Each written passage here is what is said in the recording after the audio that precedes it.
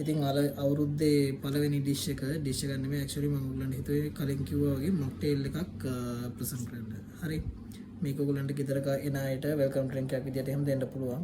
සෝ මේක මගේ ඕන් ඩිෂ් එකක්. මේ ඕන් බෙවරේජ් එකක්. තාම මම ඒකට නමක් තිබ්බේ නැහැ. ඔයගොල්ලෝ කමෙන්ට් එකේ කියන්න මොකද්ද තියන්න පුළුවන් හොඳ නමක් මේකට. හරි? යා. आंधी बन के आया हूँ मेरा